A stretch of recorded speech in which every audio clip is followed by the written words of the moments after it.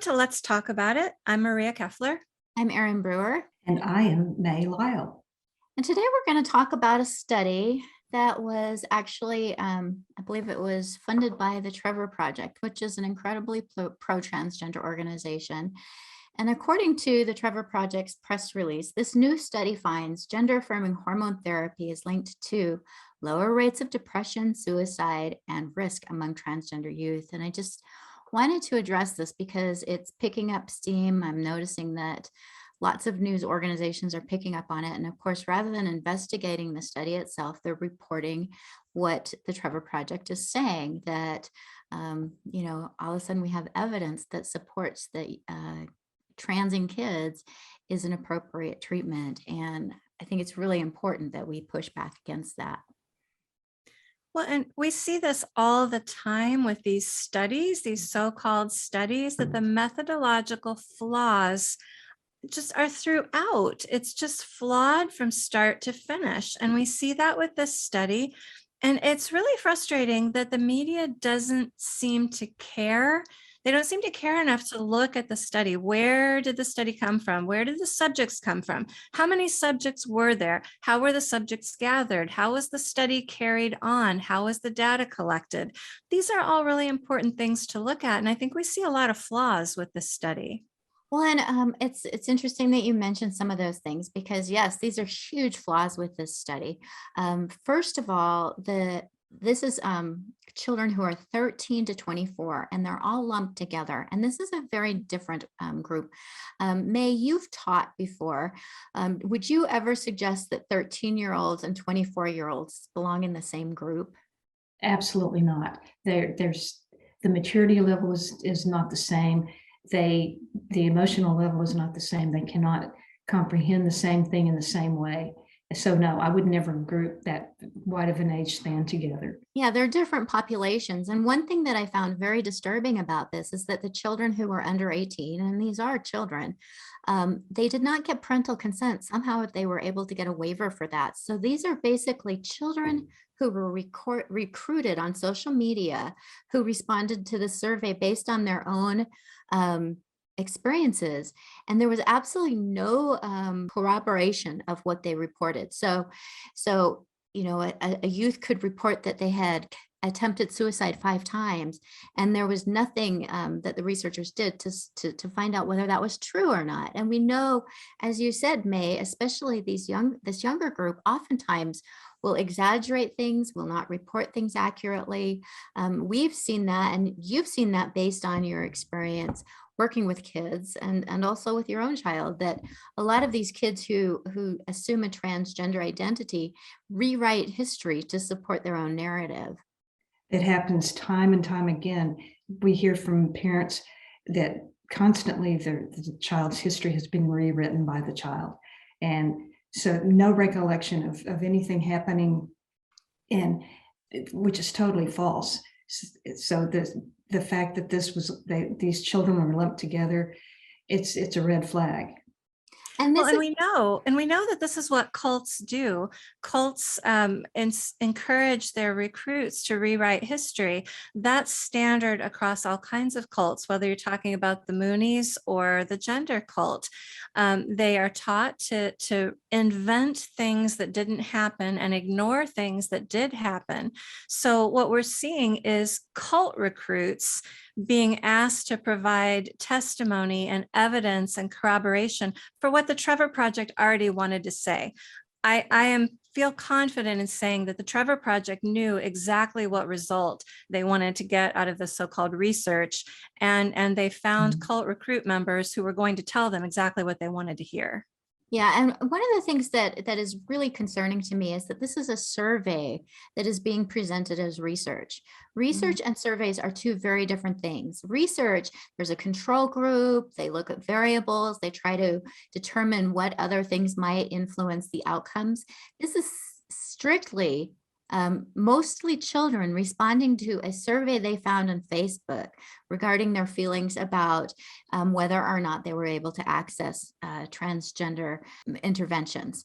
And another thing that I think is somewhat telling is that in this survey, when they asked the children, 80% of the youth who are actually getting cross-sex hormones said that their parents supported them. And so we've got here kids whose parents are encouraging them to assume this dissociative identity, create a whole nother persona and celebrate that.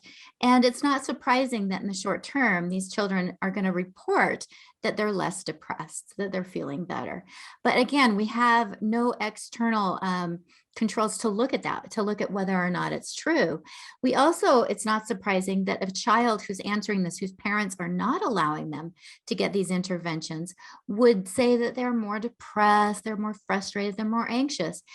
Not only because their parents are not letting them do what they want, and we know teenagers get kind of pissy when they're not allowed to do what they want, but also because they've been told that if they get these interventions, they're going to feel so much better. And a third confounding factor is that we know that girls, well, pretty much anybody who starts testosterone is going to initially get that boost, feeling better. And so there's no way to know if these kids reporting that they feel better is really true. If we know that based on the research that was done by Michael Biggs in the UK, that kids who started these interventions actually had higher rates of self-harm and higher rates of suicidal ideation when they were looked at from the outside rather than self-reports. Well, and we want to see more randomness, right, in our subjects. And as you mentioned, the fact that these were subjects that were found on Facebook or were solicited on Facebook, that alone skews the results. But to really see good results, we'd want a random selection of people reporting. And that's going to be very hard to find. Especially, I'm thinking so many parents of transgender identified kids, if they don't affirm it, if they don't agree with it, if they rightfully are skeptical about it, one of the first things a lot of parents do is pull their kids off social media. They take the social media away, they take away the phones, if they're under 18 and they're able to do that. So they have just lost an entire cohort of kids who really need to be part of the study. Well, you're right. It's not a study, it's a survey. Because exactly. if this were a study, we would want to have equal numbers of kids who have affirming and non-affirming parents, right? We'd want to see that kind of control. And we'd want to see what happened with the detransitioners, and they're not included in this either. So that's a whole another cohort that they just ignored. This is clearly a skewed study, and that's something that, I come out of academia, I have a research background, and anytime I see statements like this in a research write-up, it really concerns me because it shows such a deep-seated bias among the researchers. And they say high rates of depression, suicidal ideation, suicide attempts among transgender youth are sometimes used by anti-transgender politicians and activists to erroneously suggest that transgender identity is a mental health condition that can be treated through counseling and conversion. Okay, that just right there, they lost their credibility. This is clearly people who have an agenda. These are not neutral researchers. And that's the goal of research. I have no doubt if this protocol were submitted when I was in school for a dissertation, I would have been laughed out of the room. My committee no way would approve something like this. And this should not be approved because on so many levels, methodologically, it's flawed. This clearly has researcher bias. It's got the bias from the Trevor Project. There's even something within the protocol that suggests if anybody's having suicidal feelings because of their transgender identity to contact the Trevor Project. On so many levels, this is just a completely flawed research. It's not research, survey. It's not even a good survey. But the thing that is so concerning is that the news outlets pick it up, and we have, let me see, we've got, this is from USA Today. Gender affirming care helps save lives, cuts depression risk, and transgender non-binary youth, the study finds. Well, first of all, it's not a study. Second of all, it's a completely flawed survey. And third of all, there's no way you can make that kind of leap that it cuts depression. That we have another one here that says how access to gender affirming care can greatly boost the mental health of transgender teens. Again, this survey in no way supports that kind of a claim. We have another one here that says Study, youth access to hormone therapy saves lives. Again, there's no way these claims can be made based on the survey that I looked at. It's methodologically flawed. There's huge bias involved, and yet the media picks it up and they don't analyze it. They don't clearly look at it, and they don't ever present the other side, which is how dangerous these are.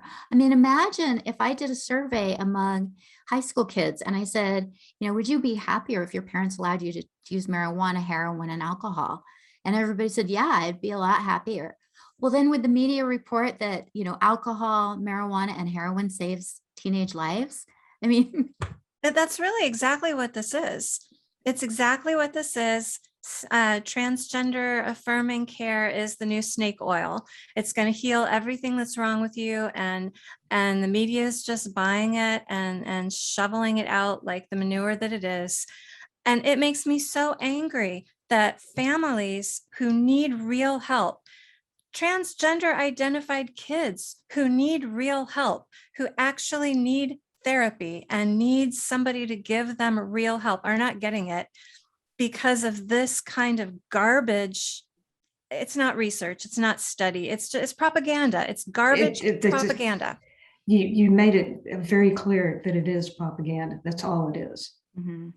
And it's hurting our children, and it's hurting important research efforts to, I think ultimately what this does is it allows therapists to sort of abdicate their responsibility to help these children.